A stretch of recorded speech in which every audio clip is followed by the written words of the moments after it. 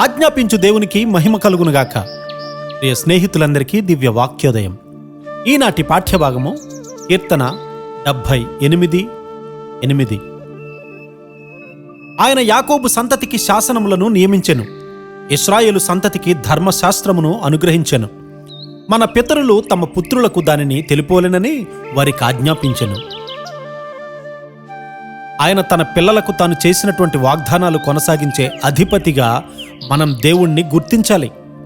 అబ్రహాము గారికి అతని వారసులకు దేవుడిచ్చినటువంటి వాగ్దానాలను స్వతంత్రించుకోవడానికి యాకోబు గారు ఎంతో పోరాడవలసి వచ్చింది. నిర్ణయాత్మకమైనటువంటి రాత్రిలో తన స్వంత స్వభావముతోనే అతడు పోరాడవలసి వచ్చింది. దేవుడు అతనికి విడుదల ఇచ్చి ఇశ్రాయేలు అని, అంటే దేవుని కుమారుడు అని ఆయనకు పేరు పెట్టాడు. 400 సంవత్సరాల దాస్యత్వము తరువాత దాని నుండి విడుదల రావడాన్ని చూడండి. మోషే గారి యొక్క కర్రను చూపిన వెంటనే ఎర్ర సముద్రం ఎలా పాయలైపోయింది. అరణ్యంలో వారు పొందినటువంటి శ్రమలు, నీళ్లు లేవని, తిండి లేదని సనగడం చేస్తున్నా కూడా సహించినటువంటి దేవుడు వాగ్దాన దేశములో ఆయన న్యాయాధిపతులను తరువాత ప్రవక్తలను పంపించి ఇశ్రాయేలీలను హెచ్చరించారు. మనం ఎలా కృతజ్ఞత కలిగి ఉండాలో తెలుసుకొని పొందినటువంటి మేళ్లను జ్ఞాపకం చేసుకుంటూ ఉన్నామా? దేవుడు నన్ను ఆశీర్వదించి నాకు ఉద్యోగం ఇచ్చాడు అని మాత్రమే చెప్పే సాక్ష్యమేనా?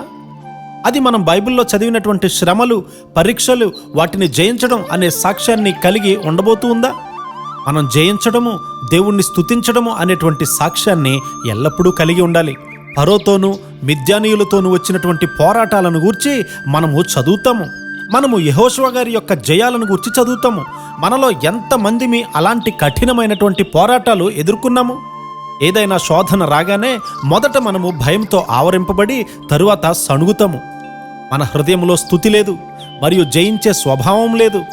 దేవుని పిల్లలు ఎప్పుడూ కూడా స్తుతి కలిగి ఉంటారు. లోకంలో మీకు శ్రమ కలుగును, అయినను ధైర్యము తెచ్చుకొనుడి, నేను లోకమును జయించి ఉన్నాను అని యేసుక్రీస్తు వారు మనకు చెప్తూ ఉన్నారు. మారు మనసు పొందిన వెంటనే మనము యుద్ధభూమిలో ప్రవేశిస్తూ ఉన్నాము. అది మన విశ్వాసాన్ని బలపరుస్తుంది. నాకు ఈ కష్టాలు వద్దు, పూల పానుపు మాత్రమే కావాలి అని నీవు మొండిగా వాదించవచ్చు. ప్రస్తుతపు తరము వారిలో ఈ వైఖరి బాగా కనిపిస్తుంది. తల్లులు తమ పిల్లల విషయంలో అన్నీ సాఫీగా జరగాలని కోరుకుంటారు. అది ఒక సాధారణమైనటువంటి తల్లి, దైవభక్తి కలిగినటువంటి తల్లి అలా కోరుకోదు. నేను క్రీస్తుతో కూడా పరలోక స్థానంలో ఉంటాను అని మనము చెప్పగలగాలి. మనము జయించువారుగా ఉండే కృపాధన్యత దేవుడు మనందరికీ అనుగ్రహించునుగాక. ఆమేన్.